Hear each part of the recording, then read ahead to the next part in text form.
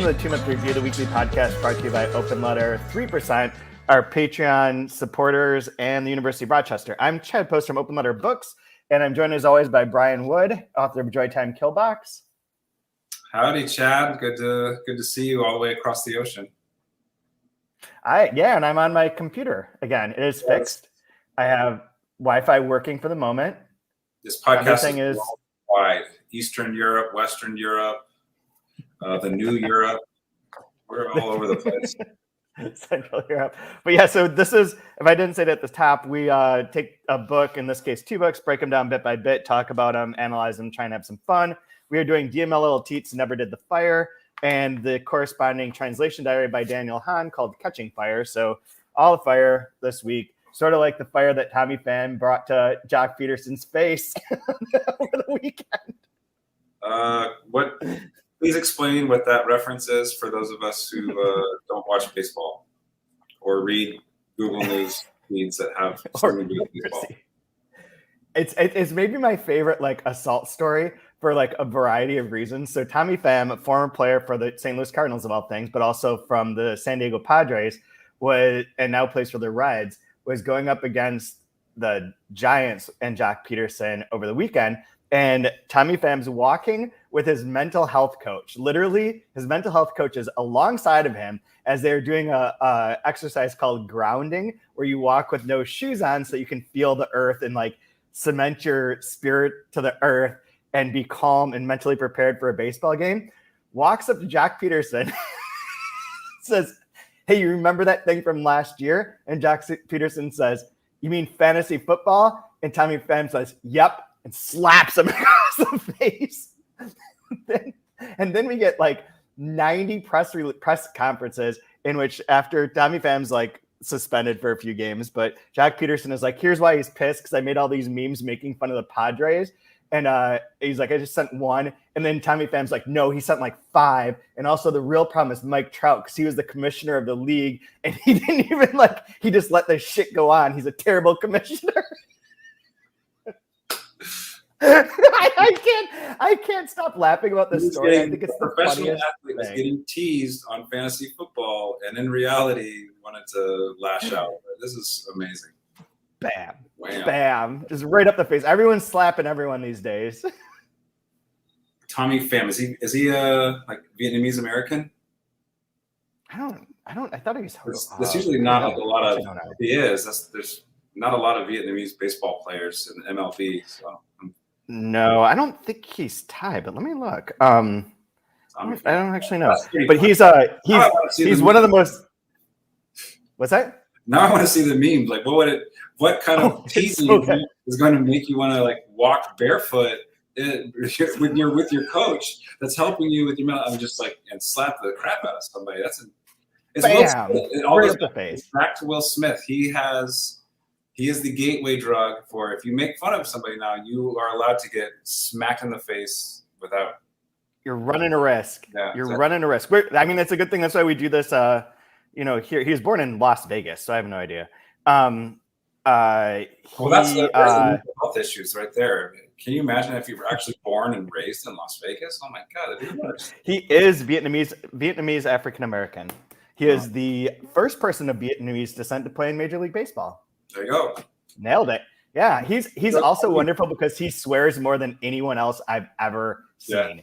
Like, there was an interview with him in ESPN a few years ago when the Cardinals were basically going to screw him over, and he was just like unloading just every other word. But that's why, I think that's why we have to do these podcasts like always remote. We don't want to do anything in person because you might get slapped. There might be someone from Ohio that happens upon a live recording of this and has, 17 seasons of built up anger. Remember season 14, episode 4? The one where we made fun of Ohio?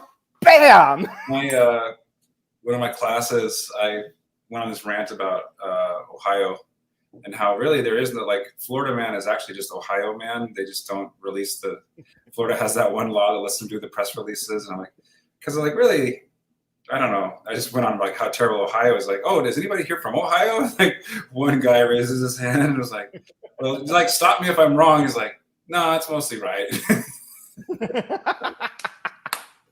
And then every creative writing piece that he submitted and every poem he submitted had some title that disparages Ohio. That's perfect. That's perfect. I remember when I was moving to North Carolina, I wanted to write like a personal essay called "Ignore the Smell, We're Just Being Ohio." Mm-hmm. Well, you got an extra bag because you're from Michigan, so you guys have. I'm sure you have a hate for each other. Like it's like Texas and Mexico, right? Like there's a very special hate on that border that it has to do with neighbors, I guess, with Ohio, neighbors. Ohio and Michigan, just bad neighbors. Probably college football as well. Like Indiana and Kentucky, they just don't like each other. Oh yeah. All right, so that's a whole lot of fire to start off the show. Lots of fire. So never did the fire. Where do you want to start with Diamella's book? Because I know you have some criticisms which I'm curious about, and I'd like to hear like what your take is on the book so far. We're more than halfway through it. We have some sort of sense of like what is going on. This section that we read today, which is for anyone listening, is from page 69 through 90. The first part of it, at least, was like the most like plot driven section that we've had so far. Like it actually like develops a mini vignette, which is my favorite chapter so far. Mainly because there's like constipation issues that are very funny to me. But then the part that's going to get me in trouble is I really like One-Armed Juan. One-Armed Juan is just my favorite moniker right now. That's the I know like each season we try to find a cool band name. And I think the band name that we're going to get from this book is One-Armed Juan would be a really cool. That's a One-Armed Juan. Cool punk band. One-Armed Juan is probably a really cool drummer. Mm-hmm. I would imagine. I think One-Armed Juan drums the shit out of those drums. You're thinking of Def Leppard. Oh yeah, that's right. I'm thinking of Def Leppard. Just perfect. So this section, it does sort of explain that they were in various cells together, that their why things sort of fall apart in one of them at least, and talks a little bit about the child, like where there's the picture of her holding the boy in her arms at the sea, and it's the photo, the only one confirming him the boy. So we get like actually like some sort of like the moment anyway. The 1 week Katie isn't here, we get all the breadcrumbs for the child. I know she's like been like, there's gonna be something going on with this child. There's the trauma of this child. Like, I can't wait. Oh, it's right here. You missed it. 100% dead. 100% dies. 100% their fault. There's also in this section that we read. So there's that chapter, and then there's one where they go out. Correct. The next chapter they go out for a walk.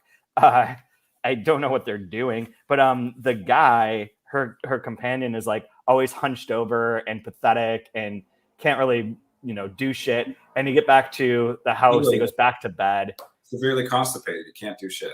It's really constipated. Like if you don't shit for like 3 days, like and then go for a walk, you're just asking for trouble. To be honest. Not a recommended situation. And then the last chapter of the section, I believe this is back to where she works with that old person, and they like. This is a man this time though, right? Or is it? Was it a woman last time? I couldn't remember. Well, last time it was a woman because it was like again like very descriptive genitals, and I feel like right. Like I think this is a different patient or that she's seeing. Yeah. And he like jacks her in the face, so her nose is all like half broken shit, and then she goes home. So I guess not a lot happens, but that one chapter has at least a couple things. And we get a little bit too of like how the cell falls apart. We're getting more of like the reasoning why the cell isn't working or why, but we're continuing these cycles and like these revolutions of again like broken bodies, things falling apart, loss.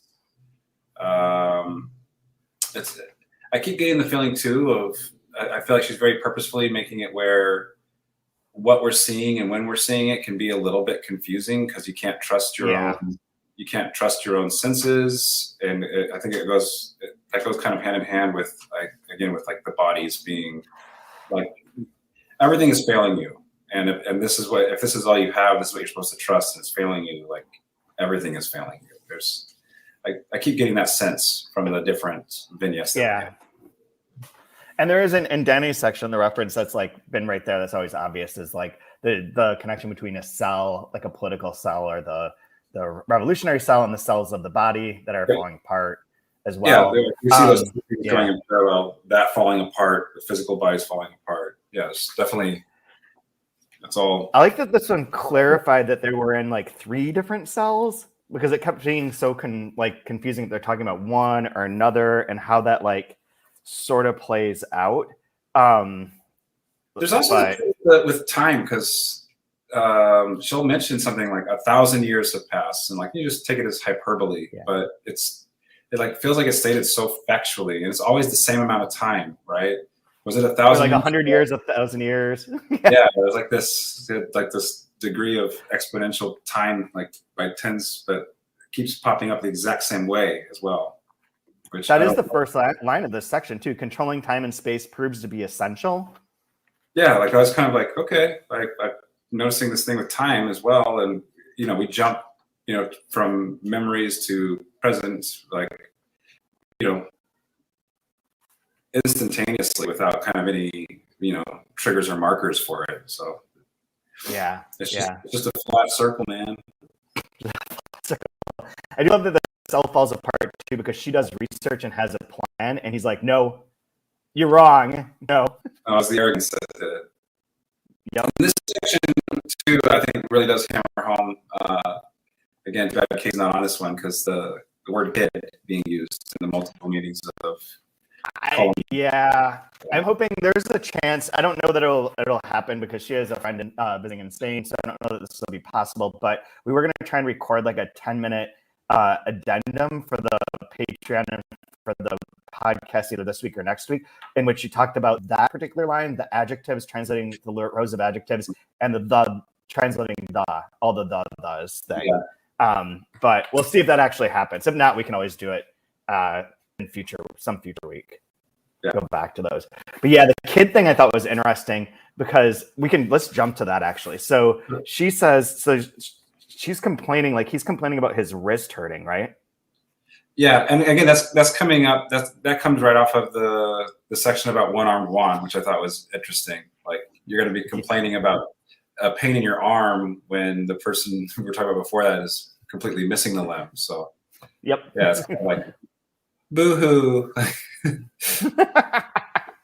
But yeah, so my wrist hurts, kid, you say, and you move your hand to relax or decompress. I don't know. The joint, it hurts, I say. Is it the cold or the humidity or the betrayal of your bones, or a stupid, unavoidable cycle of the wrist? The wrist? Which wrist, kid? What a totally laughable word. They aren't going to transform me, I said, into one of those. It won't happen. No chance.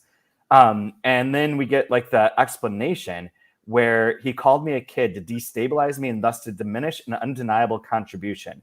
It was your ally of the moment who did it. One-armed Juan. I don't know why, but I just love that. It reminds me of like One-Eyed Jacks from Twin Peaks. It's like One-Armed Bandit. Like, it's got such a good resonance. One-armed Juan. But again, it's like going back to the idea of bodies and our bodies failing us. The part of him that's missing is what he's identified by. Yeah. Oh, yeah. Right? That's true too. It's not Juan. It's like, oh, it's premature ejaculation, Steve. Like, oh, thanks. Like, really, really appreciate that. I told you that in confidence at our cell meeting. This is why our cell is breaking up, right? Like, don't call me premature ejaculation. Yeah, but like one-armed Juan, it's like, thanks, appreciate it. Yeah. Maybe he has 3 arms though. Maybe it's like a tall, skinny situation. He's got like more than 1 arm. He's got more than 2 arms, so they call him One-Armed Juan. We don't know. On page 76, it returns to it again. Does it hurt? I ask you. Does your wrist hurt, kid? Yes, you answer me. The voice distorted by the breathlessness. It still hurts.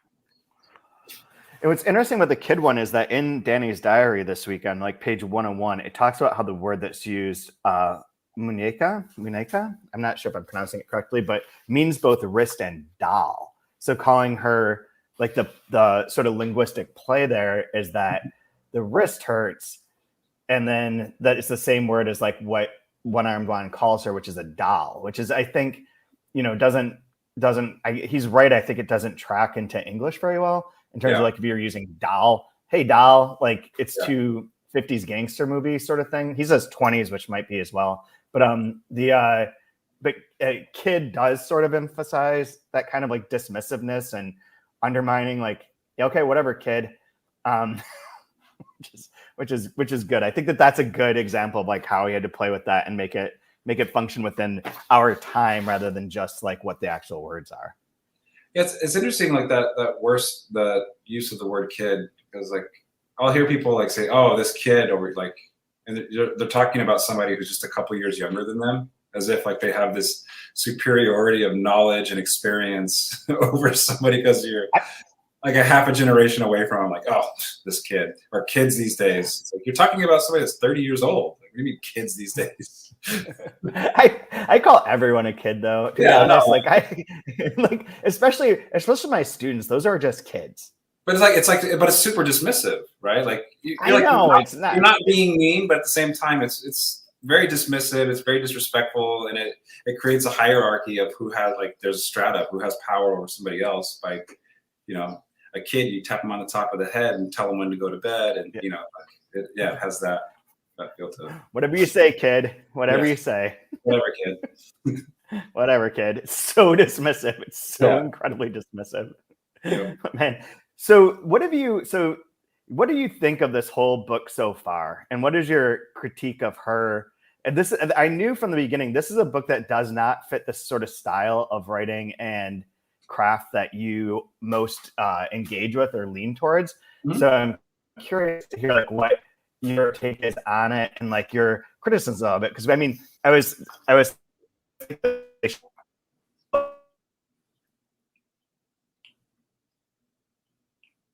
could that here too, but so far we've been very much not.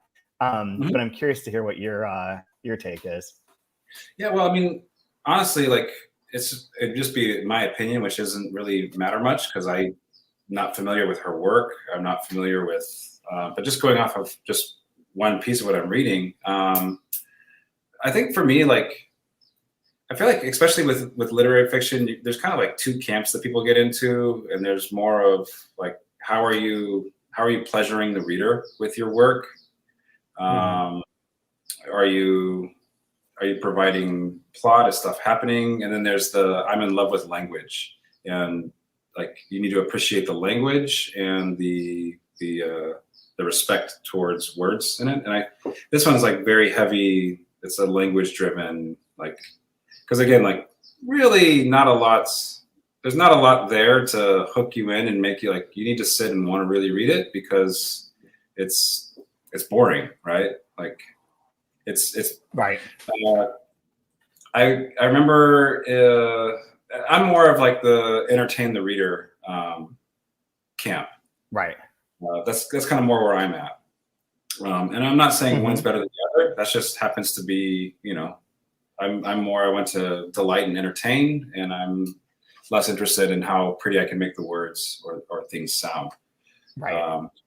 But I remember, what's his name? Is it Ron Spillman? The Tin House started Tin House. Yeah. Or one of the co-stars. I remember talking to him about Tin House and their style and like when he's taking literary work, what is he looking for?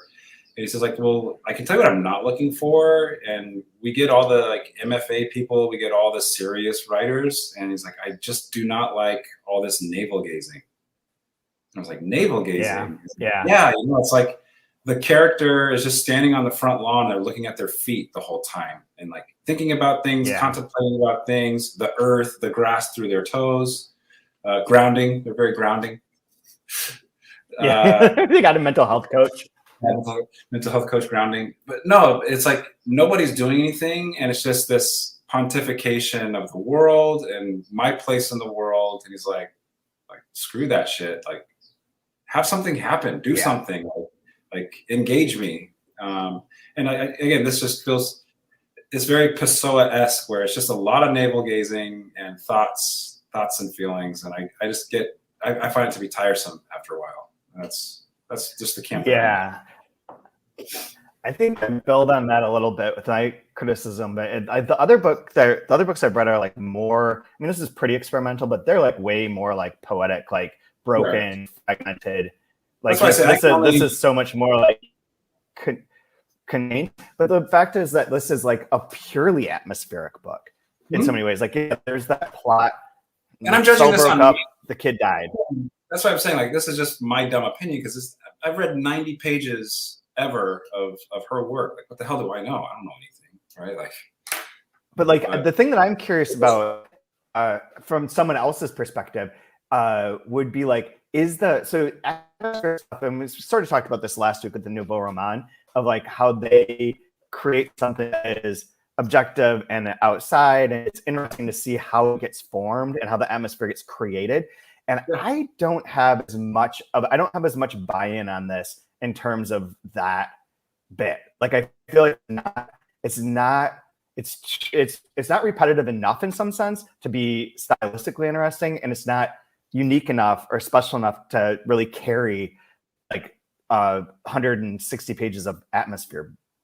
Yeah, no, because like I see some of like the brushstrokes that I really like, you know, with like we're talking about the body and, you know, like the body politic, things falling apart, you know, rebuilding, falling apart. I really like those cycles, and that's a really cool foundation to build this story off of. But it's just lacking the movement that I was hoping. It just needs like a little bit like there to. It's weird. I feel like and I'm going to take this in a tangent in a second too, but like if it were more crazy and required more like having to piece things together, try and like solve something, I would be far more engaged with it instead of not having that. Like, what am I trying to figure out here? Instead, it's like, okay. Yeah, if it was more fragmented. Yeah, you eat a little bread. You don't take a shit. You buy some laxatives. Your stomach makes a lot of weird noises. Like, it's not. No, I don't know, man. Like, that's the problem I have with it, and that I think that Danny's diary, which you can talk about more in a second, is illuminating in terms of the issues that are being faced and how she constructs these like long, windy sentences with the various adjectives. I thought the adjective section of the diary was particularly interesting. But it's like I feel like the thing is like I question whether or not it earns it in the end.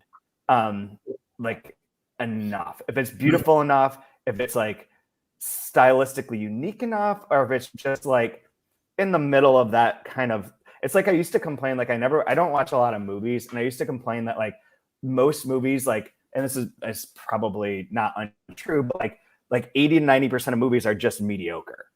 There's only like a few movies that are really great and movies that are really terrible, and both of those are spectacular, but so much is just fine. And this feels like it's into that zone where it's like not her most unique and crazy and outlandish work, or like experimental or boundary pushing or envelope pushing or whatever you want to say, where it is something that like challenges you to really put together the pieces, but it's not bad. Like it's very well written. It's very well crafted. Sure. It just, there's something missing for me too. And maybe that'll turn. I thought it started to turn this time. Like, sometimes it's like those movies that like, where it's a slow burn and then like you wait till the climax and denouement is like, dude, it's worth it. Just wait. Like trust me, it's building towards it. Yeah. Like take page 80 for instance. I just did there's plays like Carousel, which is like totally fine, and then they sing like the worst song ever, and everything about it sucks. Yeah. Page 80 at the anti-carousel bias. Okay, page 80. So again, like if we're in camp language and we're in love with language, we're using up. It's a lean, tight book, and we're using up this much space for like chocolate, for instance, right? You take the chocolate and divide it equitably. We like chocolate a lot. Me more. Its taste, that slow, eager wandering across the gums, across the concave palate. I never bite it, never. Rather, I let it come apart in my mouth until my saliva soaks it up, and I prolong the moment when it slides down my throat. You, meanwhile, take your bit of chocolate fast. You are hungry. And immediately afterwards, you take one bite of the biscuits, which crunch under your crashing teeth. Like, it's just, I don't know. It's just, that's a lot of unnecessary. You know what I mean? Like, it's not pretty enough, and it's not doing enough to deserve the space that it's taking there. It's just kind of like, you just kind of grown a little bit with, like, yes, I know, like, you're savoring the chocolate in different ways, and I see the contrast of it, but, like, you know, wandering across the gums and the concave, like, yeah, like, I work crashing teeth on a biscuit, like, it's, you know. Yeah, the chocolate concave crunch under crashing teeth is a lot in some ways. Like, and then, like, skip over all just that a couple kind of pages alliteration later, and, like, sound. Yeah, and like just a couple pages later at 83, slowly I turn my back and I push you. I push you so that you move onto the most radical extremes of your side. Move over, I say to you, and you do it. And in that way, I'm able to rest my spine in a more human position. You know, it's like that, just like little things of, like, most radical extreme of your side. Like, it's again, it's like, yeah. If we're putting on, like, a really hardcore editor hat, like, I would kind of be underlining that kind of stuff, saying, is there a way we can be a little more succinct and concrete with laying on your side in a way, in an uncomfortable way, rather than the radical extreme. Yeah, and it's supposed to, or your spine being in a human. and I think that, like, there's a. Go ahead. Yeah, sorry everyone, I'm gonna move because my Wi-Fi is iffy here. So if you're watching this, don't get too dizzy. Let's take something, or even when we're talking about, we want something to happen, we want some action. On page 86, when we get the getting smacked in the face, the broken nose, what we think might be a broken nose, right? In the middle of page 6. So the knee, he lifts his leg and it hits her full in the face. Magnitude that I experience a universal explosive sensation in the bone of my nose. I fall. I struggle up into a sitting position on the bathroom floor. Like, this is where, like, you know, you're having a smack, the spark of the pain, like, getting up to the, and it's told in this kind of way that it keeps you so distant from, and maybe that's very purposeful, and that's the whole point of it. But again, it has, like, this, like, such kind of, like, cold clinical part where there's not, like, it'd be one thing if the language was so cerebral. Yeah, like, it'd be one thing if the language was so pretty that, like, I can't help but just be in love with it. But it's kind of, like, in that gray space where it does neither for me, right? Which makes it the hardest. Yeah. So that's what, going back to the one about the radical extremes, like, if that line was supposed to indicate, like, I push you so that you move to the most radical extremes of your side, not just, like, your body side, not just your side of the bed, but the radical extremes of your position politically or whatever. If that ambiguity is what is supposed to be played with there, like, I don't know that there are enough pieces of that where you get invested as the reader into trying to put that together or see that. And so, like, rather than coming off as poetic, it does come off to me too as being cold and a bit cerebral and a bit like almost like that old thing of, like, using the word you don't need to use just to prove that you can use that word, the 25-cent pretension word. Sure. Well, no, I know everything it's a little, it's not really like that, but it's like a little bit.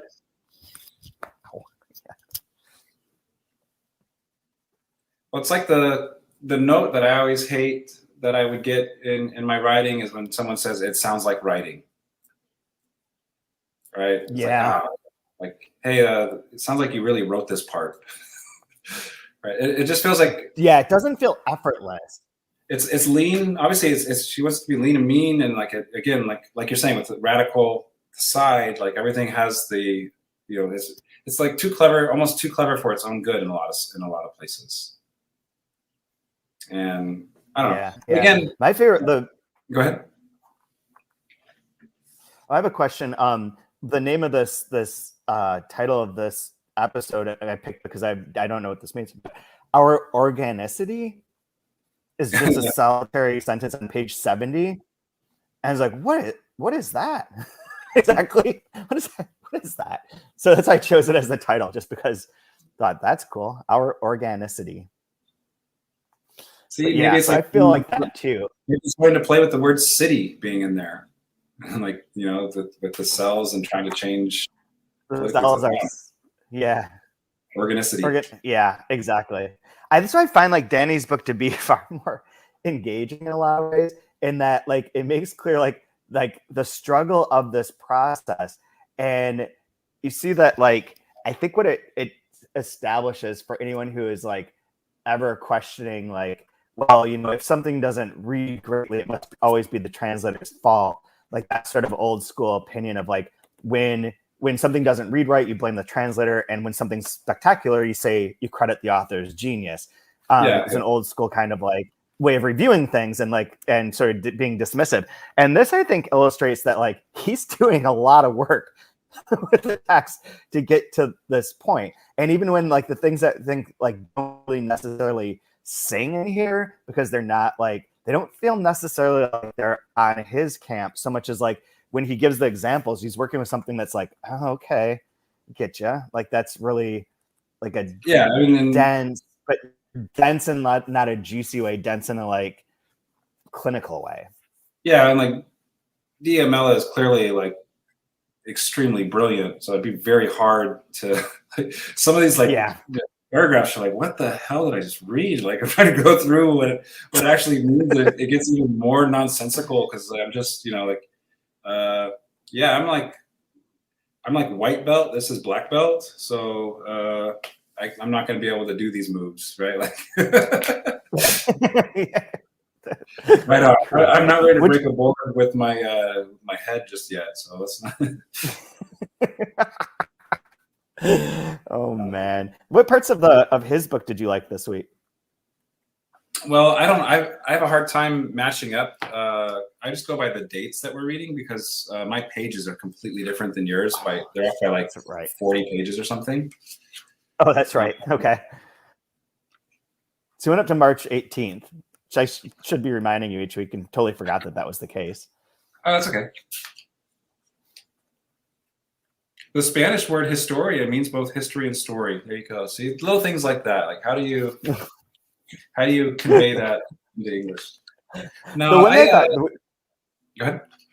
The one I thought that was interesting is the part about adjectives, about like using the string of adjectives and where the like one can end up, be it like the example uses as like wearing a trouser or a jacket, pants, and shoes that are black, or black shoes, but you don't know if the black refers to all three things or one thing. I think that's pretty interesting as like throwing in like a lot of ambiguity into it. On some level, like my hot radical take is just make it work. Like, fuck it. It doesn't really matter that much. Like that's not the thing that people are going to base a response to a book on necessarily, is whether it's referring to 1, 2, or 3 adjectives. So just make it work in English and make it fine. Like don't have to contradict anything, but like retaining some of that ambiguity, I don't know that it's super necessary. This is my hot take of the moment. This is my fire. I'm bringing my fire today. I mean, it's a fire episode. I wonder too, though, if part of it could be, like if you're in the weeds of translating something, that little minutia it feels good because it's something you can grab onto and you can work with. Versus, am I hitting the entire like arc and tone of this? Okay, am I conveying it? Like that will freaking crush you. Like thinking about that. But getting into little nitty gritty things, that feels really good. I'm doing something, right? Like solved like one specific. Yeah, like I can solve this problem. And like for you, I can get that part of the crossword puzzle. Yeah, like for you, look at the big picture. It's like, who cares? Like, how about all of this, right? Like, make all of it work. Yeah, give the whole style and voice. But yeah, it is true that like I mean, and he talks about the narrators like being like not unreliable, but the complexity of the narrator writing this, and on top of Diamela being the author, and how that creating that voice that is like the narrator's particular strange voice, all of that does seem overwhelming in the end. So I can see what you're saying of like, if you can solve like, if you could solve for X in a few instances, that's super rewarding. Again, I don't translate, but I just know in my own work when I edit, a lot of times I'll try to fix like really small, insignificant things, right? Like I want to polish the diamond before I even cut it, right? And because it's, I don't know, I'm overwhelmed. I don't know what to do with all this because I know I'm gonna screw this up even worse. Oh, but I can fix this line. Like I know this line needs to be honed. Right? So I'm ignoring, like, there's this giant flesh wound in my work. I'm like, oh, let me just stitch this one thing right there. All right, got it.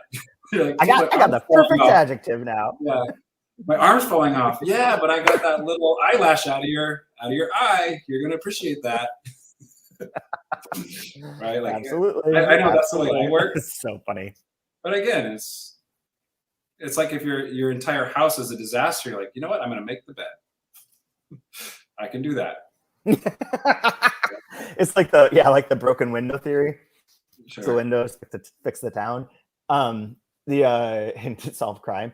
What do you think of like the use of numerous adjectives, like in your writing? Like he mentions in here a couple times, like chooses a number, they sort of build on one another as that becomes the flow of like it's X plus Y plus Z, so on and so forth. And then makes a comment about like, you know, from like school where it's like if a writer's using two adjectives, it's because they haven't found the right one. And there is that school of thought and that very and I get that. I wonder where you stand on this. The other is like the explosiveness of like a Rabelais or a list making sort of Sorrentino side of things where it's like everything, just maximalist everything, and maximalist. and live in a world of lists and live in a list of. There's a John Barthian sort of like exhaustiveness to what you can say about any given thing. But what are you in your writing? Where do you land? I'm very minimalist. I usually I focus in on having really, really like tight, detailed nouns, like strong nouns that do all the lifting, and then really powerful verbs. And I can basically eliminate almost all adjectives if I do better nouns and verbs. And I like that, but again, I want something a little more clean, fast, and that gives me that like kind of like explosion.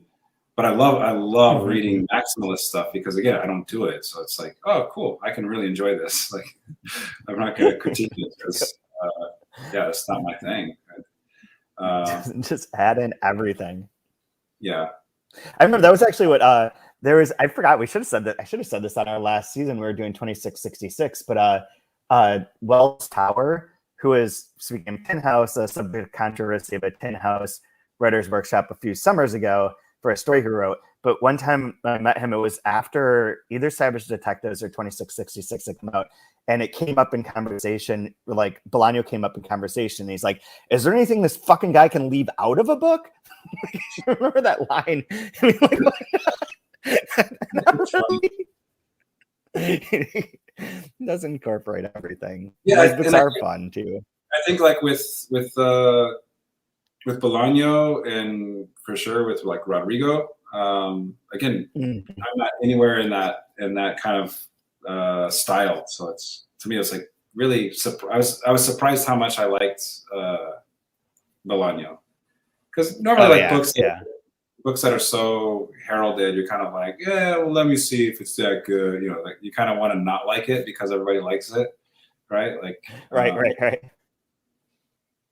But yeah, it's like the new Taylor Swift album. You know, you just like press against it from the start because everyone likes it.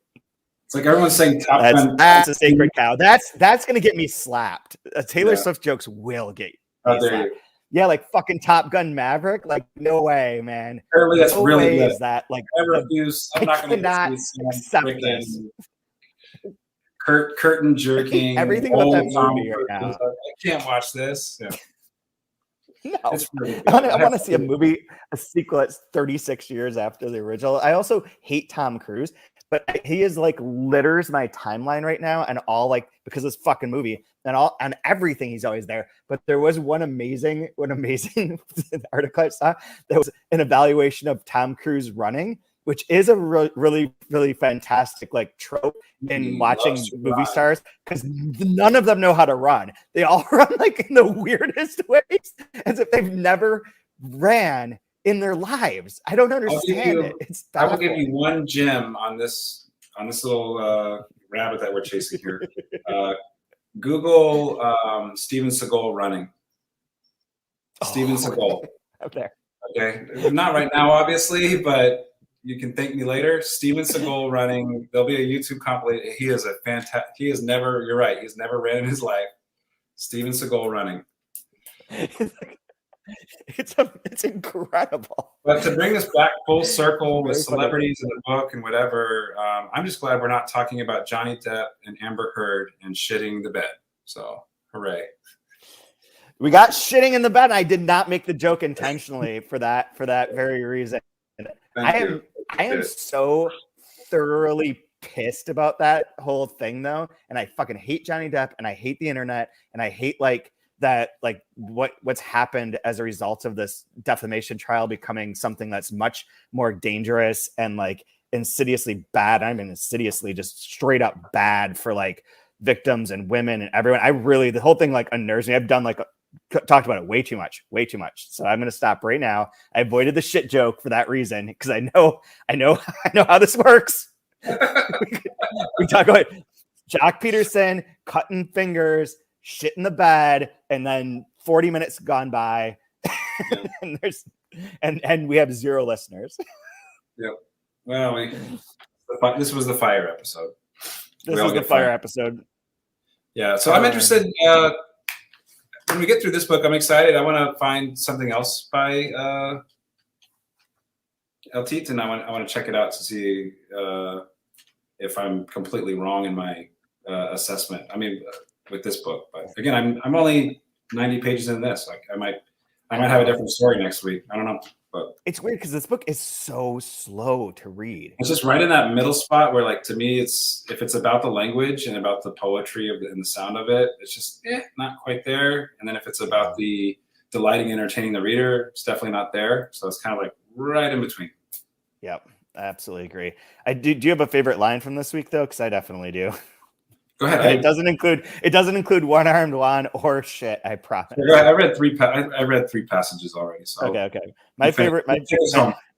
This is a very Chad line. Oh, numbers and their infinite boasting, their stupid science or their abstract color. All right. Oh, numbers. Anytime there's numbers. Oh, numbers. Awesome. Do you have any others? So I didn't look, but I assume like next week we go up to page like 110-ish or thereabouts, like 108 probably, and Never Did the Fire, and then Catching Fire probably up to like 130.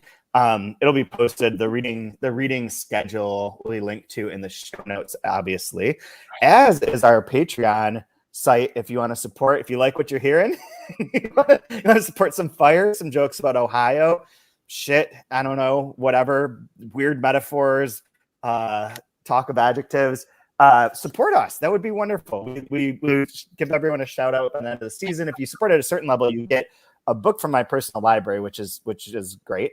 And at another level, we would make fun of a book that you really, really want us to make fun of in our most comedic and over the top way. Which I believe we've handed that duty off to Katie, though, which is why she's not here. She's very comfortable roasting a piece of literature. Yeah. Just burn. Yeah, she's just gonna burn everybody. she's already got the insults lined up. Like there's so many. And then she should roast my book. I think it'd be very fun to come on and just with me on there and just bash and read lines out of my own work. They're like, what in the world were you thinking with this? Like, seriously, you thought that was a good idea? Like, I would be down for that. Just completely. Since she's not here, let's assign her that task for next episode. Give her one story out of the collection and have her just eviscerate it. Like, write a bad review of this, and I'll just sit there the whole time trying not to cry. Just, okay, I deserve that. I'm down.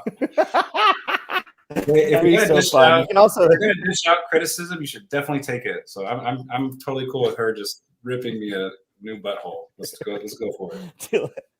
That will be super fun. We'll do that. Yeah, that'd be a lot of fun. It would. So if you want to participate in getting books from Pham, you can always support us over there. Like us on the Apple Podcasts, wherever you get your podcasts, rate, review, share with your friends, get everyone to pay attention. And I don't know, anything you want to plug or rave about? Maverick 2, you got to go see it. It's amazing. Tom Cruise is in it.